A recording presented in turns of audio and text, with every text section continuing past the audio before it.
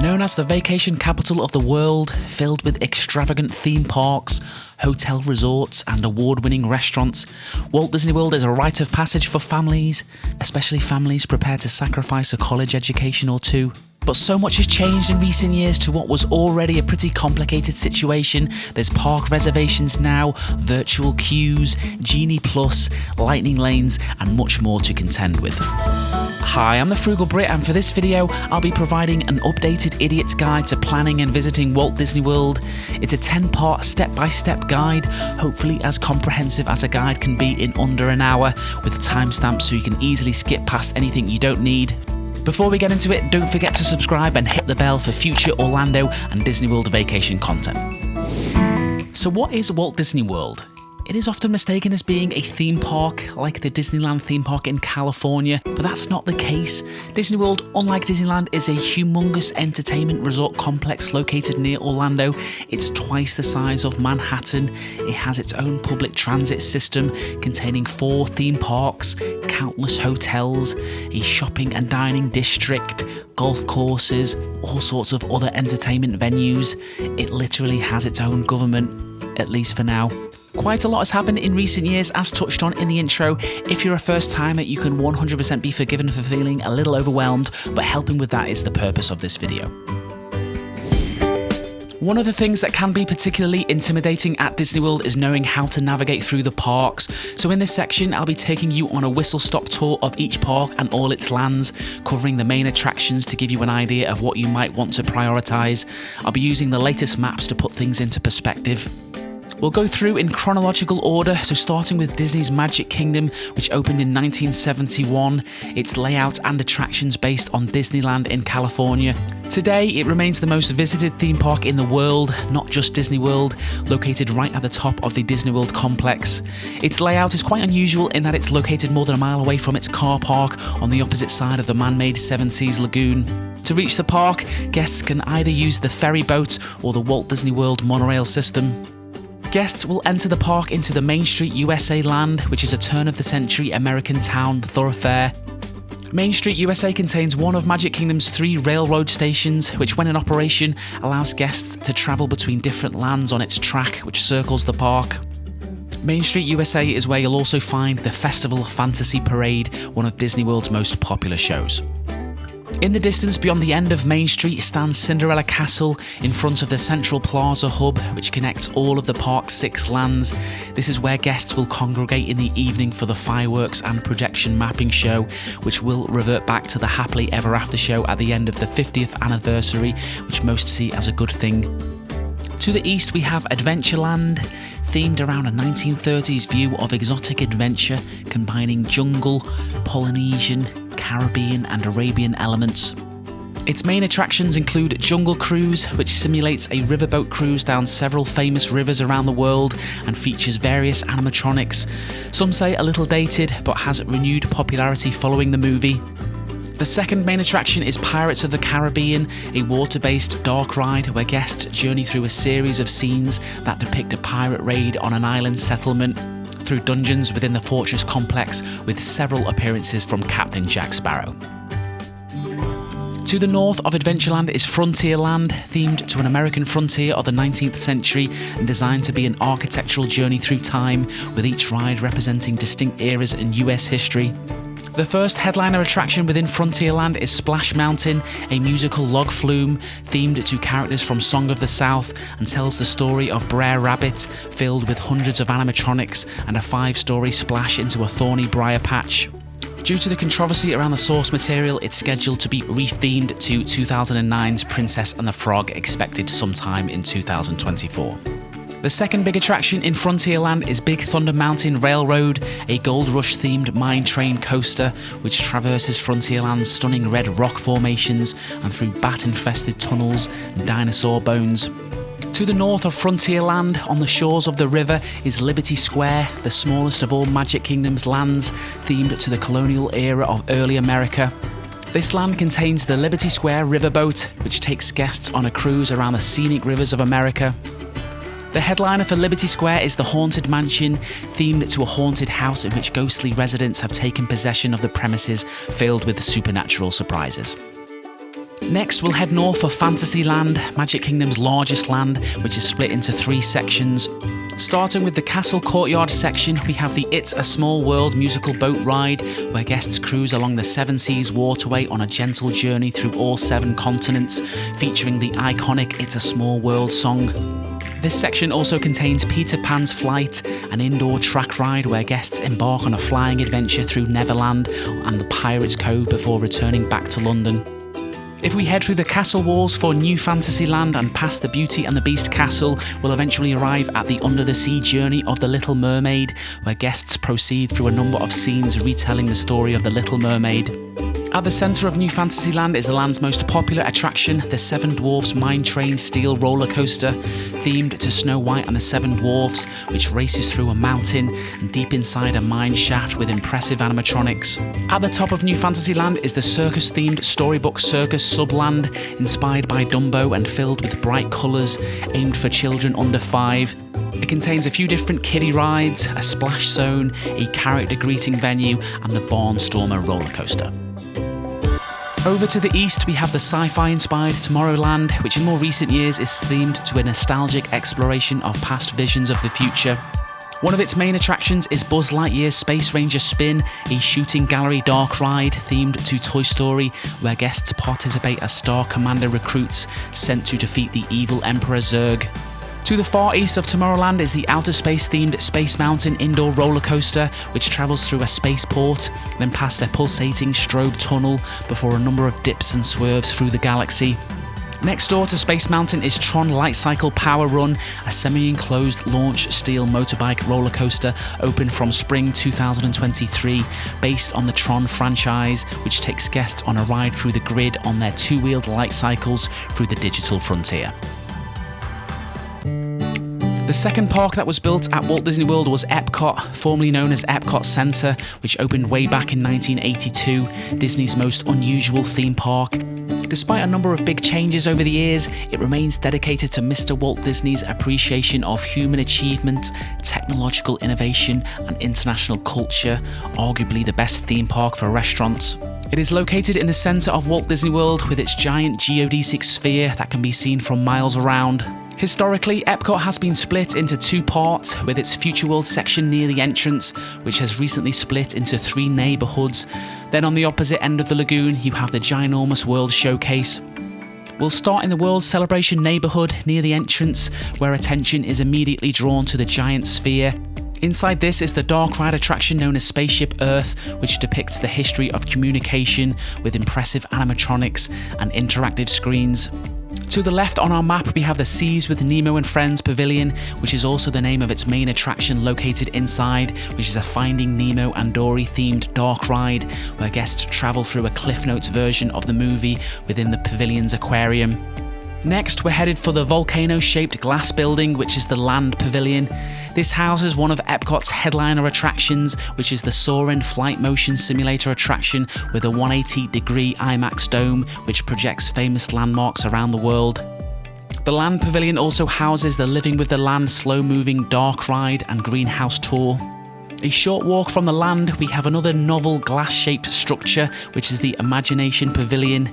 This contains the Journey into Imagination with Figment dark ride, which follows the imaginative and playful purple dragon known as Figment. For Epcot's main attraction, we need to head over to the opposite side of the park past World Celebration, arriving at the Wonders of Xandar Pavilion, which contains the Guardians of the Galaxy Cosmic Rewind roller coaster, Epcot's newest attraction, and Disney World's first to feature characters from the Marvel Universe.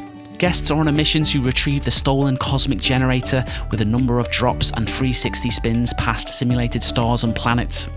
On the way towards World Showcase is Mission Space, a space exploration-themed pavilion which contains a centrifugal motion simulator ride that aims to simulate what an astronaut might experience on a mission to Mars, not one for the easily nauseous. To conclude our tour of the old Future World section, we're going to head over to the Test Track Pavilion, which contains a high-speed slot car thrill ride where guests design their own Chevrolet custom vehicles, which they'll later test out on the sim track whilst competing with other guests. Moving on now to the neighbourhood that Epcot is most famous for, which is World Showcase, spread around the world Showcase Lagoon, themed around a celebration of culture, architecture and traditions, and represented by 11 nations. There are a few rides and attractions within, but that's definitely not the focus, which is instead to immerse guests into the country's different cultures and cuisines. The main attractions inside World Showcase include Remy's Ratatouille Adventure, which is a motion-based simulator dark ride based on the 2007 Disney Pixar animated film, where guests are shrunk to the size of a rat and witness Remy rise to one of Paris's most celebrated chefs. At the centre of World Showcase is the American Adventure Pavilion, with a show of the same name, which takes guests on a trip through America's history, narrated by audio animatronic figures of Benjamin Franklin and Mark Twain. Over on the far right-hand side of our map, we have the Norway Pavilion, which contains the most popular attraction in World Showcase, which is the Frozen Ever After Shoot dark ride, featuring Olaf, Sven, the Trolls, Anna and Queen Elsa singing Let It Go whilst conjuring ice. Our next attraction is a short walk away inside the Mexico Pavilion, which is a Mesoamerican pyramid. This contains the Grand Fiesta Tour starring the three caballeros, where guests tour through Mexico's most famous landmarks. At the end of the evening, guests can view the harmonious multimedia nighttime spectacular, which showcases and celebrates the cultures and stories of the world that have inspired various Disney films and music. However, it was announced at D23 2022 that its days are numbered. Despite being an incredible show, its barges completely ruin the views of World Showcase Lagoon, so quite happy to see it go personally. One thing I do have to mention for Epcot is that at the time of making this video, the substantial construction where Innoventions West used to be is ongoing. This will hopefully lead to the Journey of Water attraction opening up in late 2023, inspired by Moana, where guests are set to explore the wonders of water along an interactive trail and featuring a giant topiary of Te Fiti. Disney's third theme park, Hollywood Studios, opened back in 1989 with a different name, themed around the golden age of Hollywood. Nowadays, it aims to take guests into the movies rather than taking guests behind the scenes. It is located within the centre of Disney World, just below Epcot. Guests enter the park through Hollywood Boulevard, with the streetscapes inspired by Hollywood's golden age. At the far end is one of the park's headliner attractions, Mickey and Minnie's Runaway Railway, based on the reimagined TV series from 2013, where guests are transported into the cartoon for a wild adventure on Goofy's train. Above Hollywood Boulevard on our map is the Sunset Boulevard section, an idealised 1930s and 40s version of the glamorous thoroughfare of the same name in Los Angeles. Our first attraction on the right hand side is the Theatre of the Stars, which hosts the Beauty and the Beast live on stage show, which is a Cliff Notes version of the movie and its fantastic soundtrack. At the far end looms the imposing Hollywood Tower Hotel, the park's main icon, which houses the Twilight Tower of Terror headliner attraction, a sci-fi themed indoor thrill ride. Guests enjoy various special effects as they cross into the Twilight Zone before experiencing several lift and drop sequences. Around the corner from Tower of Terror is the Rock and Roller Coaster starring Aerosmith, an indoor darkened roller coaster themed to the music of Aerosmith, containing several loops and inversions through the freeways of LA. Behind the Tower of Terror, you'll find the ginormous Hollywood Hills Amphitheatre, home of Phantasmic, a nighttime spectacular show featuring Mickey Mouse in his role as the Sorcerer's Apprentice from Fantasia. If we head back to the centre of the park, we have the animation courtyard attached to the centre stage. This contains some minor attractions, including the Disney Junior Dance Party, the Star Wars Launch Bay, which contains Star Wars movie models, props, and character greetings. For the fourth land in this tour, we're headed for Toy Story Land, an 11-acre land themed to Andy's Backyard from the Pixar series, which originally opened in 2018. Of course, aimed for Disney's younger guests, designed to make you feel as though you've been shrunk down to the size of a toy. Its main attractions include Toy Story Mania, which is a 4D attraction inspired by classic carnival games with spinning ride vehicles containing spring action toy cannons that fire simulated projectiles, with scores tallied up at the end to determine the winner. One of the park's most popular attractions, certainly in terms of wait times, is the Slinky Dog Dash family roller coaster, which travels through various hills around Andy's lawn and features an impressive launch midway through the ride.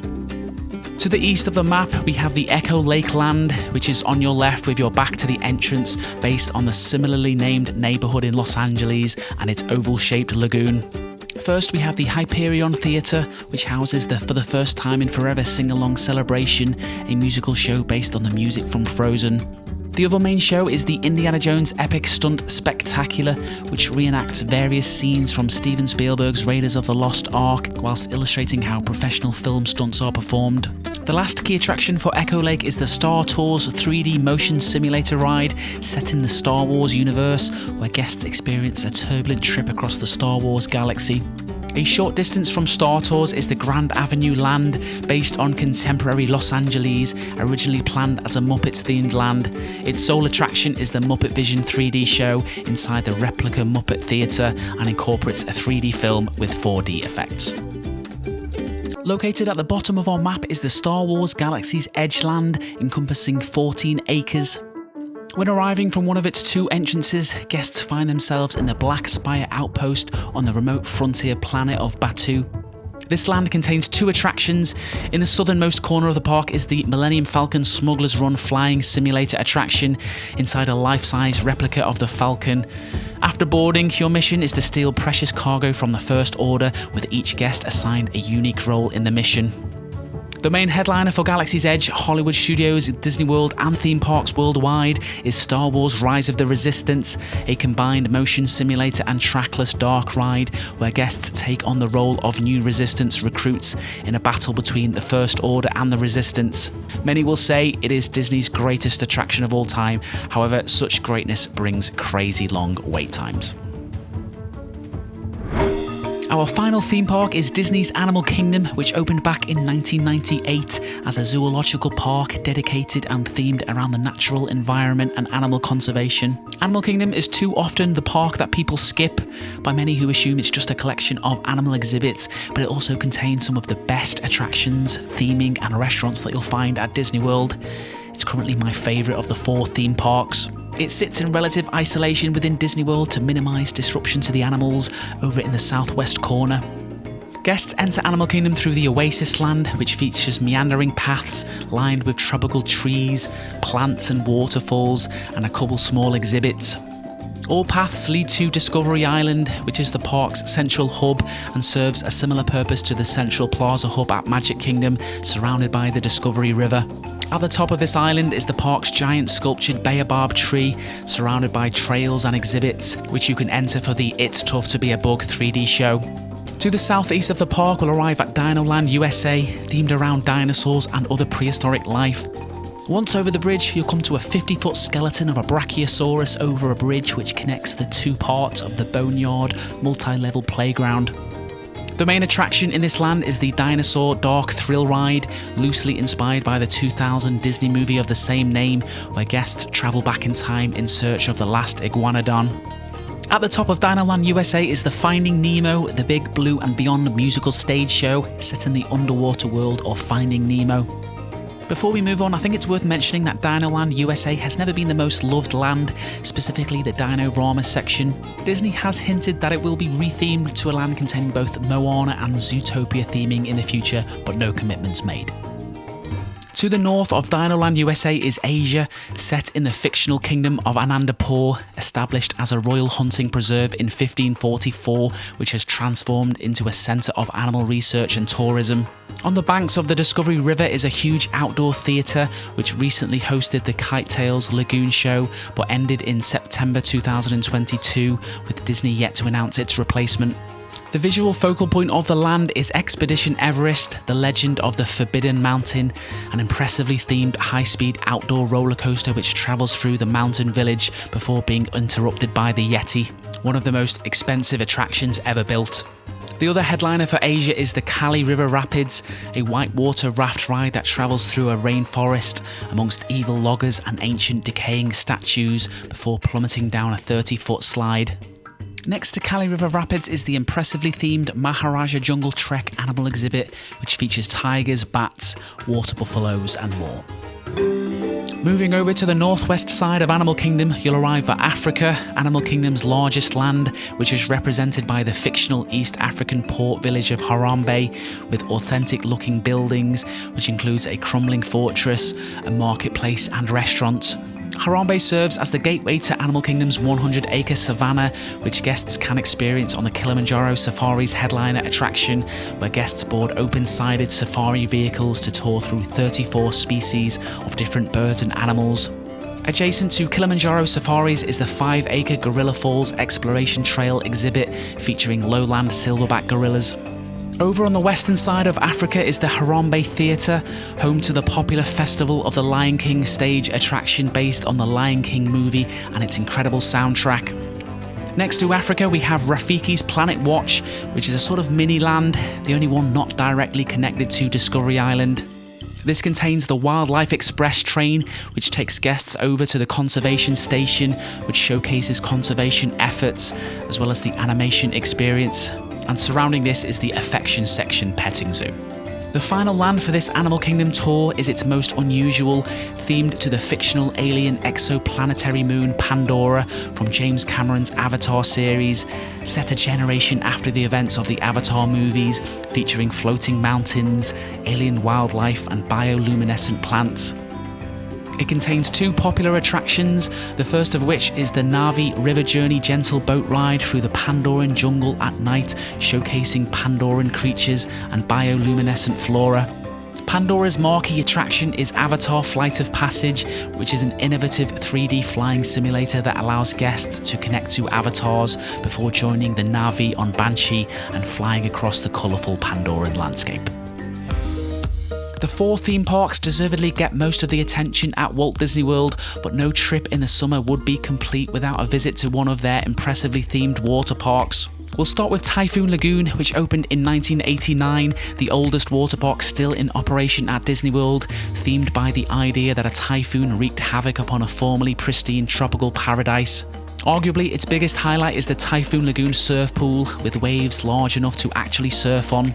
Its centerpiece is Miss Tilly, a shrimp boat impaled upon a mountain named Mount Mayday that erupts a 50-foot geyser of water every hour.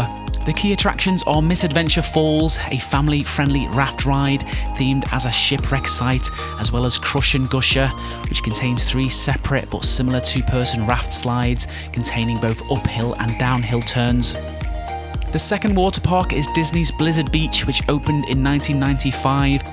The backstory is that a freak snowstorm on January 11th, 1977 in the area led to the development of Florida's first ski resort before normal temperatures returned to Florida, leaving behind a collection of waterlogged yet snowless ski jumps. Disney has recently added some frozen characters to the kids area. Similar to Typhoon Lagoon, it has a circular layout with the focal point being around Mount Gushmore, which you can access via a chairlift. At the top of Mount Gushmore lies the 12-story drop slide known as Summit Plummet, which travels at over 60 miles per hour. I think it's fair to say that most people planning their trip to Disney World will need to stay at a hotel. There's a huge number of options here and prices vary to a wild extent. This is the area where I think those on a budget can save the most money. Whilst the benefits of staying on site have been reduced considerably in recent years, alongside eye-watering price increases, something I made a full video on a few months ago. But despite this, the on-site hotel resorts still provide the best experience, just clearly not the best value. So Disney World's hotels are divided into 3 categories, which are value, moderate and deluxe. Starting with the value resorts, as you'd expect, these are the most affordable places to stay on property. These all feature swimming pools.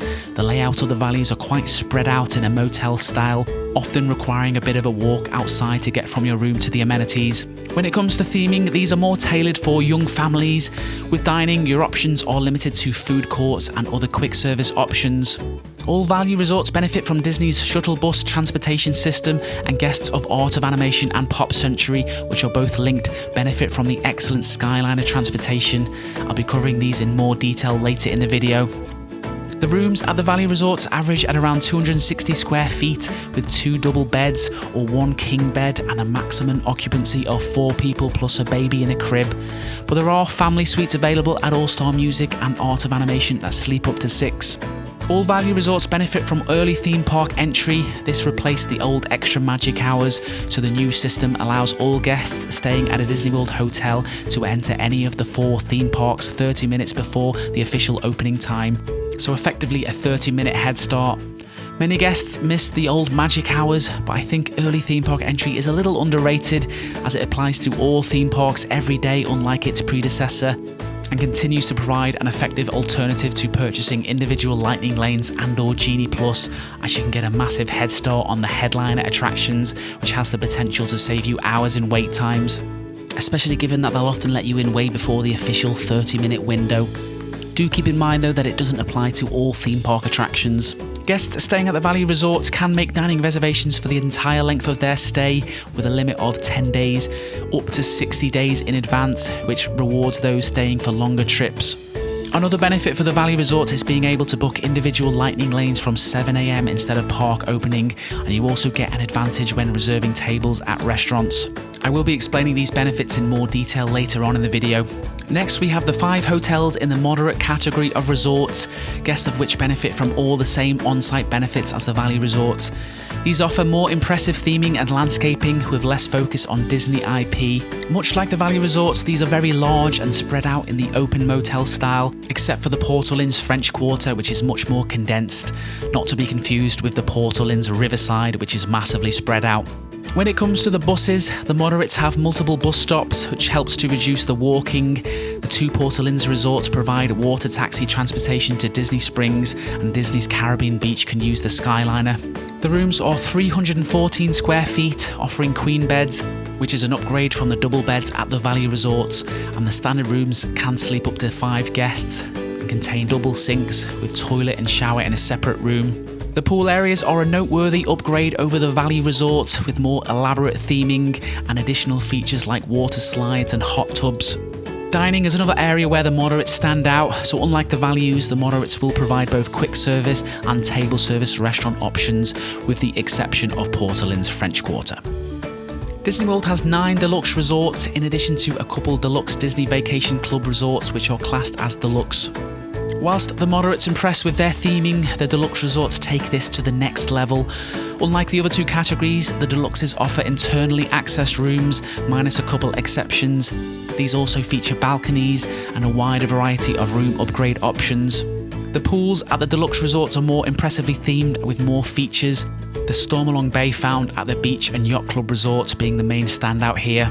There's a much higher variety of dining options with food courts, table service restaurants, fine dining restaurants and character dining restaurants. You'll find an impressive lineup of additional amenities not typically found at the other categories, including gyms, salons and spas. One of the main upgrades with the deluxe resorts is the enhanced transportation options, with Animal Kingdom Lodge being the exception to that rule. Another benefit that deluxe resorts get is extended evening hours, where guests can stay an extra 2 hours in the evening 2 times a week, but only available at one park at a time.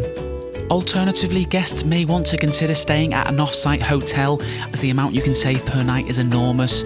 The main off-site locations are Lake Buena Vista, Kissimmee, and the International Drive resort areas.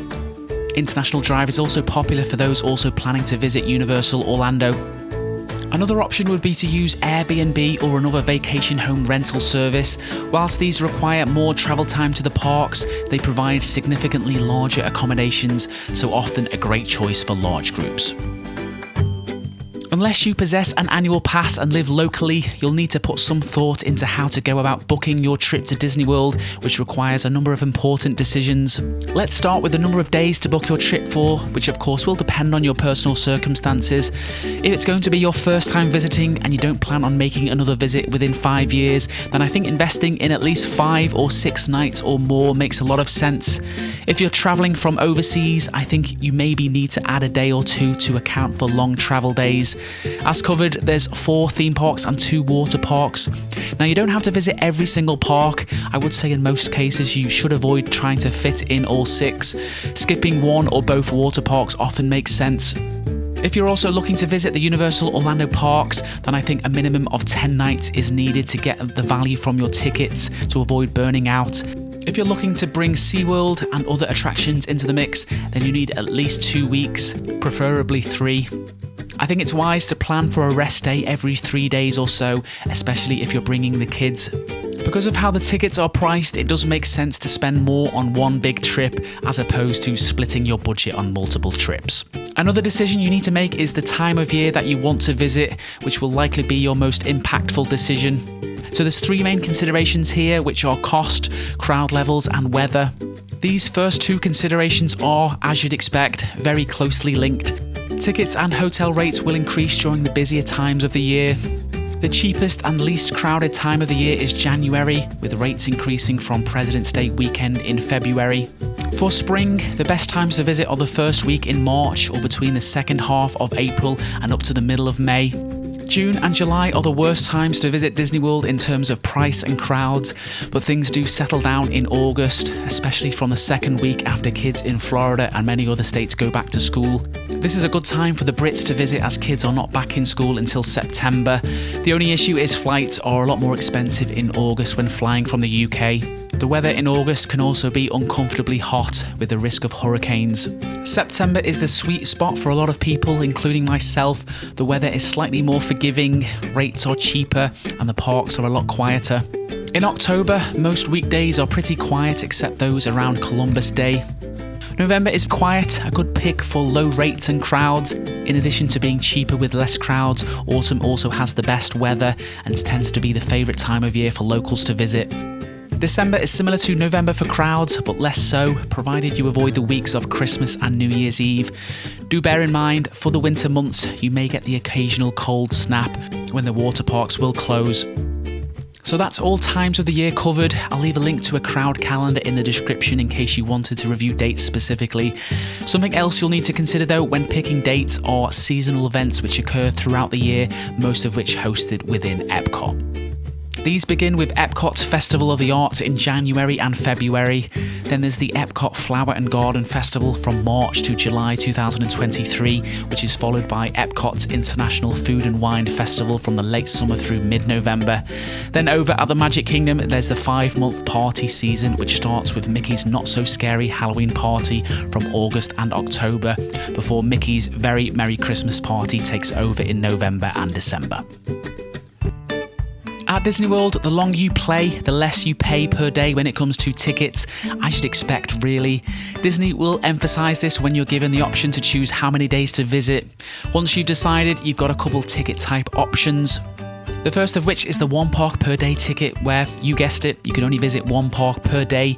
If you did want to visit a water park on one of those days, then you should choose the water park and sports option.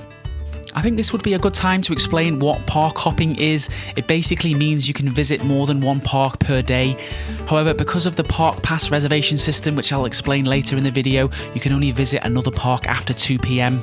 So yeah, if you did want to visit more than 1 park per day, then you should choose the Park Hopper option. And then lastly, the Park Hopper Plus option allows you to also park hop with the water parks. If you did plan on making multiple visits to Disney World throughout the year, then you may instead want to choose one of their annual passes, but Disney does seem to be trying to discourage these sales with price rises, and they haven't been available to purchase for quite some time. Do note that special event tickets such as Mickey's Not So Scary Halloween Party and Mickey's Very Merry Christmas Party will require their own separate ticket. The general consensus is that buying tickets from an authorised third-party seller will provide savings. We can put that to the test for the purposes of this video. A 7-day ticket with water parks and park hopping cost $778 for an adult ticket after tax. If I head over to undercovertourist.com, you can pick these up for $701 after tax. So quite a big saving here. It's usually not quite as big a saving, I should warn though. I should also mention I'm not sponsored or affiliated in any way, and that other trusted sellers are available which may on occasion provide better prices. For my fellow Europeans, Disney sells exclusive tickets for these markets, where a 14-day ticket is the de facto shortest trip that you can pay for. They sell a 7-day ticket, but it's always the same price as the 2-week ticket, so it doesn't make any sense. But at least with these exclusive tickets, you get park hopping, access to the water parks, and Memory Maker included, which I always appreciate. In case you didn't know, Memory Maker is a service where Disney's photographers throughout the parks will take photos, which are then linked to your Disney account. Whilst not always the case, third-party ticket sellers are more likely to provide cheaper tickets than buying directly from Disney, with Florida Tix and Attraction Tickets being the market leaders. Nowadays, it is essential for guests to make use of Disney's online services for every trip. In this chapter, I'm going to take you through these essential steps. If you already know how, this is going to be extremely dry, so consider skipping to the next chapter. But if you're new to this, you should visit the Disney World website, then hover over to the My Disney Experience text, then click on My Plans. This will look slightly different when logging in from overseas. You can then create your My Disney Experience profile. Once you've set this up, you'll need to add the confirmation numbers for your Disney Hotel Resort reservations and theme park tickets for you and your friends and family. For adults 13 and older, you'll have the option to invite them to have their own account, which will allow them to co-manage your linked plans during your trip. If they already have an account, just make sure that you use the same email address as the account that they're using. At this stage, I'd recommend downloading the My Disney Experience app on your phone. After logging in, we're going to tap on the menu button on the bottom right and then tap Tickets and Passes. Your tickets then should be available. I recommend then adding the tickets to your device, which makes things easier when you're trying to enter the parks, as you can just hold your phone next to the touch point. Your next priority should be your park pass reservations. I personally prefer to do this from the website, but you can do it from the app as well. In case you didn't know, during the pandemic, Disney introduced a reservation system to manage capacity at the parks. Guests are not allowed to visit a Disney World park unless they have booked a reservation via My Disney Experience, a system that I hope Disney will abandon eventually, as it has spoiled a lot of the spontaneity during your trip. But for now, we've just got to live with it. Depending on when you're watching this video, Disney may have abandoned it. Fingers crossed. Do check the updates and corrections part of the video description. You may as well hit the like and subscribe whilst you're down there. So to get started with the reservations, click on My Plans, then Park Reservations, then Make or Modify Theme Park Reservations.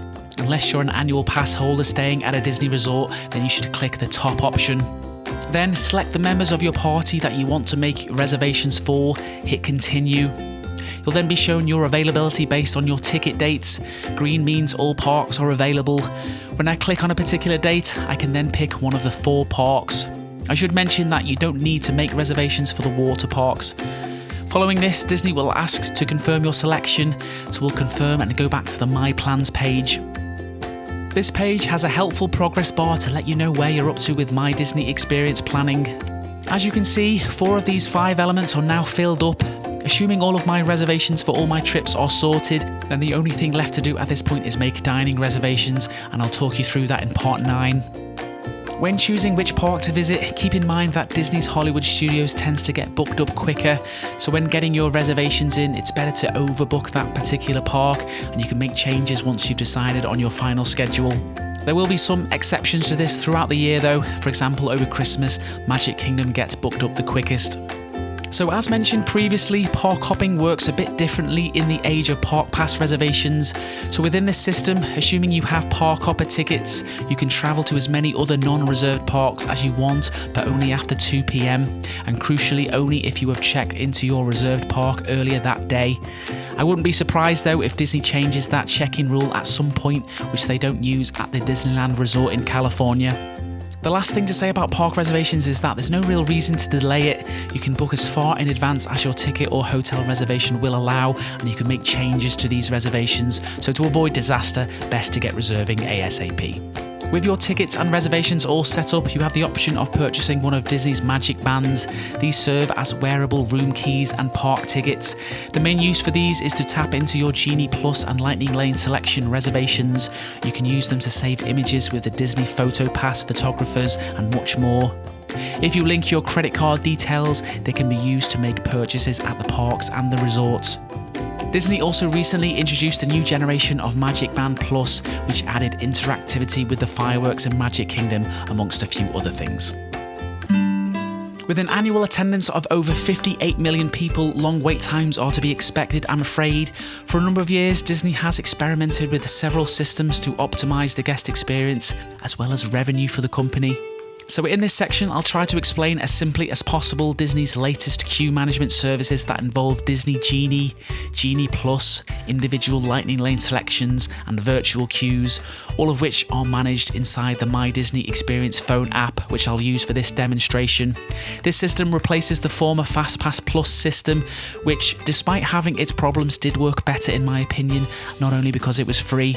Let's start with the Disney Genie service, not to be confused with Genie Plus. Disney Genie is basically a free planning tool. To use it, when in the home screen, tap My Disney Genie Day, then tap Get Started Now, select your date, park, and your party members. Disney will then ask you about your preferences, such as favourite attractions, favourite interests, including dining interests. Disney will then provide you with a personalised itinerary on the day. I must say though, I don't think these itineraries are worth following. What I tend to do with Disney Genie is select nothing except the highly sought after attractions that I want to use for either Genie Plus or individual lightning lane selections. This is because they'll be easier to find when you need to make those reservations where every second counts. So that's the Disney Genie side of things covered. I now want to talk about what a lightning lane is. So at all the theme parks, every ride, barring a few exceptions, will have both a standby line, which is the normal queue, as well as a lightning lane queue for those that want to pay extra to not have to queue in the standby line. But here's where it gets a bit confusing. So there's two completely separate paid services to skip the queues at Disney World, and one of those services is called Individual Lightning Lane Selection Service, despite both services using a lightning lane. To use a lightning lane on 95% of Disney World's attractions, guests will need to pay for the Genie Plus service, which lets guests jump the queue on several attractions. Then for the remaining super headliner rides, at each park you'll need to pay for the individual lightning lane selection service. One important thing to keep in mind when purchasing either of these services is that you still have to queue in a lightning lane. It's just it'll be limited to around 20 minutes. From experience, it rarely fluctuates much above or below 20 minutes. So I'm going to explain now in more detail how these services work. I'll start with the simpler individual lightning lane selections. This is Disney's pay-per-ride service that lets guests skip the line one attraction per purchase. It's an a la carte skipping service, sort of like how a pay-per-view would work, with prices ranging between $12 and $20 depending on demand. Do note that you can make a maximum of 2 purchases of these per day, and you can't ride the same attraction twice. At the time of making this video, there's one headliner attraction from each park that uses individual lightning lane selections. The roster of eligible attractions will change, often in response to the opening of a new attraction. So I'll take you through the steps now of how to purchase individual lightning lane selections. Guests are able to pay and reserve one of these attractions from the official time that the parks open, and you'll want to do this within seconds of park opening time to give yourself the best chance of getting a reservation. If you are a guest at any of Disney's resort hotels during the day you intend to visit, then you can make your reservations from 7 AM on the day. This provides a massive advantage over day guests to the extent that selections will often be sold out before they are released to day guests. Rise of the Resistance springs to mind here. So here's the process for reserving a lightning lane. First, you need to find the tip board. We now need to make sure that we have the correct park selected. So we'll tap on Change Park, then we'll click on Animal Kingdom for this demonstration. We can now scroll through the list of Animal Kingdom's attractions. Flight of Passage is the only lightning lane selection ride here, which is why it says individual lightning lane instead of Genie Plus. When you tap this, you can select a later return time if preferred. When it comes to redeeming your lightning lane, you simply arrive at the touch point and tap in with your magic band or hover your phone next to it. Moving on now to the Genie Plus service, which unlike individual lightning lane selections, it has many similarities with the old FastPass Plus system, but with some crucial differences. Those being that you don't make reservations weeks in advance. You have to pay for it. Resort guests don't get any advantage over day guests, and the most popular rides at each park are not included. Unsurprisingly, Genie Plus has not been very well received. So to use Genie Plus, guests will have to pay the fee between $15 and $30 per day per person, so everyone that wants to enter a lightning lane will have to pay. What you get for this is the ability to make an indeterminate number of reservations to skip the standby queue, but you can't reserve the same ride more than once. Disney likes to limit guests' expectations to 2 to 3 attractions per day with this service, but you can ride much more than this with the right strategies. However, availability for the popular attractions will go very quickly, so strategy is important and sacrifices will need to be made. So now I'm going to go through the process of how to use Genie Plus. I should highlight that you're no longer able to pay for it before your visit, so now the window to purchase only opens after 12 AM, not PM, 12 AM on the day you're visiting, and you'll need to repeat this process for every day of your trip. For reasons that'll become clear later in the video, you'll want to pay for Genie Plus before 7 AM on the day you use it. So for your first attempt, I'd give yourself 20 minutes to do this. So at 6:40 AM-ish, we'll go into the My Disney Experience app and navigate over to the tip board. You'll then see an option to purchase Genie Plus for that day. Next, check the guests which you want to purchase the service for before confirming your payment information. Pretty straightforward, thankfully. Until the clock strikes 7 AM, there's nothing else you can do at this stage, but I'd make sure that the correct park is selected and that you have a clear idea of which attraction you want to aim for first, as there's no time to hesitate. Here's a list of Genie Plus attractions that you should prioritise. So from 6:59 onwards, you need to be constantly refreshing. You'll know that it's gone live because it'll go from saying this to this and giving you the option to book the experience. So these return times are an hour-long window of when you can tap into the attraction. The way it works is, as people make their reservations, the return windows will get later and later throughout the day as people get them booked up. But due to cancellations and recalculated forecasting, Disney will frequently refresh the availability throughout the day, which will occasionally provide earlier return windows.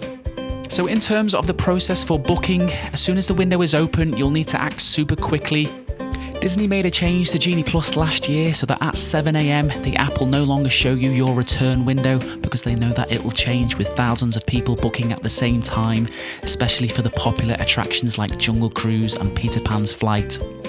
Once confirmed, your reservation will be displayed in the My Day tab. You'll be given a ride reservation with a 1-hour window, but you can arrive 5 minutes early or up to 15 minutes late, but strictly enforced after this.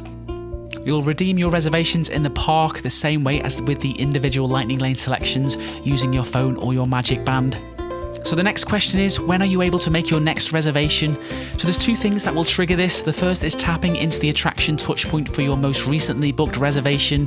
The second is the 2-hour rule. The first rule is pretty straightforward. As soon as you tap into the most recently booked reservation, crucially it has to be the most recently booked one. After this, you can then make your next reservation. The 2-hour rule is slightly more confusing, so what it means is that you can make your next reservation 2 hours after the time you booked your last reservation. The only exception to this is for any reservations made before the park opens. So if I were to book a reservation at 7 AM, which many people do, I'm not able to book my next reservation 2 hours after I book this, as the 2-hour rule will just start from the time that the park opens. So yeah, these are the 2 triggers, and it's whichever arrives first which will allow you to make your next reservation. At this point, I want to briefly touch on the stacking strategy. So when taking advantage of the 2-hour rule, there's nothing stopping guests from stacking all their reservations for later in the day, even with overlapping return times. This is a really good strategy to pick up the popular attractions and for those not wanting to arrive at the park first thing in the morning. You may be wondering how park hopping works with Genie Plus and the Park Pass reservation system. So the app will know which park you are reserved to on the day and won't let you make any Genie Plus reservations for any parks that you don't have a pass for until the return window for the attraction is after 2 PM, which is the time that you are allowed to park hop. So basically, you just have to wait until the availability gets used up for the morning and wait until the return window goes past 2 PM, and then you can stack reservations onto your second park. So you would still be forgiven for remaining confused about Genie Plus. I have to say I'm not its biggest fan, mainly due to the complexity and how frustrating it is for casual guests. I will say that the value it provides is extremely questionable for all parks except for Magic Kingdom, maybe Hollywood Studios also. For those with early theme park admission, you'll often find that arriving as early as possible provides a better advantage when it comes to wait times.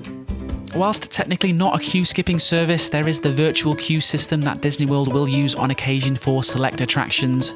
The purpose of these is to allow guests to enter a virtual queue rather than a physical standby line, so you can experience other attractions whilst you're in the virtual queue. At the time of making this video, the only ride to use a virtual queue is the Guardians of the Galaxy Cosmic Rewind attraction, which doesn't use a standby line, so this will effectively be a guide on how to enter this particular virtual queue. So the way these work is that you'll have the opportunity to join the virtual queue at either 7 AM or 1 PM provided you've checked into the park. Also, you do need a valid ticket and Epcot reservation before you're able to get into this virtual queue. For the 7 AM distribution, these will get used up usually within 6 seconds, so you need to be rapid here. Fortunately, outside of super busy periods, the availability at 1 PM lasts for a lot longer. So to get started, aiming for the 7 AM distribution, let's open the My Disney Experience app at around 6:55, tap Home, then scroll down to the virtual queue section. Tap Join Virtual Queue. You'll be asked to confirm your party, make sure the correct numbers are selected, but don't panic if it's wrong, as you can correct it with guest services when you arrive at the park. From 6:59, you'll want to tap the refresh button constantly until it's live. You'll know that it's live when it changes from a refresh button to a blue Join Virtual Queue button, which is obviously when you need to act as quickly as you can, ignoring everything else. If you're successful for a boarding group, you'll be given an expected time to experience the attraction. This has been known to change dramatically in both directions, so always keep an eye on this. When your boarding group is called, you have an hour to get on the ride. If you were not successful with the 7 AM distribution, then you can have another try at 1 PM, which is significantly easier to get, just as long as you're willing to return much later in the day. Disney has taken a lot of heat in recent years with some unpopular changes, but they do deserve a lot of credit when it comes to Cosmic Rewind, which has a very high capacity and has proved to be very reliable. And because of this, I actually expect Disney to lose the virtual queue and bring a standby line any day now. With Walt Disney World being 25,000 acres in size, transportation will form a big part of your trip. Hopefully not the worst parts. Fortunately, once you're inside, Disney will provide complimentary transportation to wherever you want to go within Disney World, which consists of buses, monorails, and various watercraft. 3 of the theme parks also have nearby hotels that you can walk from. We'll start with transportation from the airport. Disney no longer provides the complimentary Magical Express for on-site guests traveling from Orlando MCO Airport anymore, unfortunately. Its spiritual successor is the Mears Connect service. These are the prices for Mears Connect, which offers one-way or round-trip options. There are some alternative airport bus services which I'll link to in the video description. You'll often find that for families, that using a ride-sharing service such as Uber or Lyft is the most cost-effective way of travelling from the airport. It ranges between $45 and $60 going out, but can be a lot cheaper on the way back. I think I paid $25 on my last Lyft that I took from the hotel to the airport, but it's usually more than this. One issue with Uber and Lyft is car seats. They don't guarantee that they'll have the right one for you. Florida law requires children 4 years through 5 to also have a car seat, but booster seats are allowed. I'll leave a link in the description to the full child restraint laws. Many guests, especially those staying on site, will be interested in renting a car. The only issue with this is that these prices just seem crazy to me ever since the pandemic. And you'll also have to endure the crazy parking fees when you arrive at the resorts and the parks. On-site guests will have to pay these fees to leave their cars at the resorts, but they won't have to pay an additional fee to park at the theme parks. Also worth mentioning that there's no charges to park at the water parks. For off-site guests hoping to park at the theme parks, you'll be charged these fees, which start from $25 for standard parking. The main form of transportation at Walt Disney World, more so for resort guests, is its complimentary shuttle bus network, which connects every Disney World hotel and theme park, as well as Disney Springs. Even if you're not staying on site, you can still use all this for free. You'll be pleased to know that these will get you to the parks well in advance of early theme park entry. Wait times vary, but expect a 20-minute wait on average for each bus. The buses are good for what they are, but they do appear quite frequently in reviews from disgruntled guests. Whilst the wait times vary, you can expect an average wait of around 20 minutes. Guests tend to only use the buses if there's no other Disney transportation available. One of the best forms of Disney transportation comes from its monorail, still one of the most heavily used monorail systems in the world with over 150,000 daily riders. There's 3 different monorail lines at Disney World, with the Transportation and Ticket Centre being the hub for all 3, or TTC for short. This is where day guests will park their cars before making the journey over to Magic Kingdom. I'll start with the resort monorail line. So when Disney World first opened, there was only one park, and the only hotels were the Polynesian and the Contemporary Resort, which surrounded the Seven Seas Lagoon. Today, the resort monorail line takes guests from these two resorts, as well as guests of Grand Floridian, over to the Magic Kingdom. The second monorail line is the Express line. This has the same route as the resort line, but travels directly between the TTC and Magic Kingdom. This is typically the most efficient way of travelling over to Magic Kingdom for day guests arriving at the TTC. The third line is the Epcot monorail line, which connects the TTC with Epcot, with the station just outside Epcot's entrance. Since a new walkway was built between the Grand Floridian and Magic Kingdom in 2020, guests staying at the hotels on Seven Seas Lagoon are able to walk over to Magic Kingdom. For a more relaxing journey from the TTC to Magic Kingdom, then you have the ferry boat, which will be better for large strollers and provides stunning views of the lagoon and park entrance. There's also the gold, blue, green and red flag water taxi boats, which link all the Magic Kingdom resort hotels. If we head over now to Disney Springs, there's the yellow, blue and green flag water taxis that link the Port Orleans French Quarter, Port Orleans Riverside, Saratoga Springs and Old Key West with Disney Springs. Over in the Epcot resort area, you have the Friendship boats, which link Hollywood Studios and Epcot with the Swan, Dolphin, Yacht Club, Beach Club and Boardwalk Inn resorts. Disney's newest form of transportation option is its Skyliner gondola system, which launched in 2019 and connects Epcot and Hollywood Studios theme parks with the Riviera, Caribbean Beach, Art of Animation and Pop Century resorts. This is super quick with low wait times to board and has been very well received with guests. It's also great how both Art of Animation and Pop Century are connected to it despite being value resorts. If we head over to Animal Kingdom, unfortunately this park nor the nearby Animal Kingdom Lodge Resort provide any special transportation options, so guests will have to use buses to get to and from here. The last form of transportation to cover would be the Disney Minivans, which is the on-demand ride service in partnership with Lyft. These vans are mid-size SUVs holding 6 passengers and 2 adjustable car seats for children.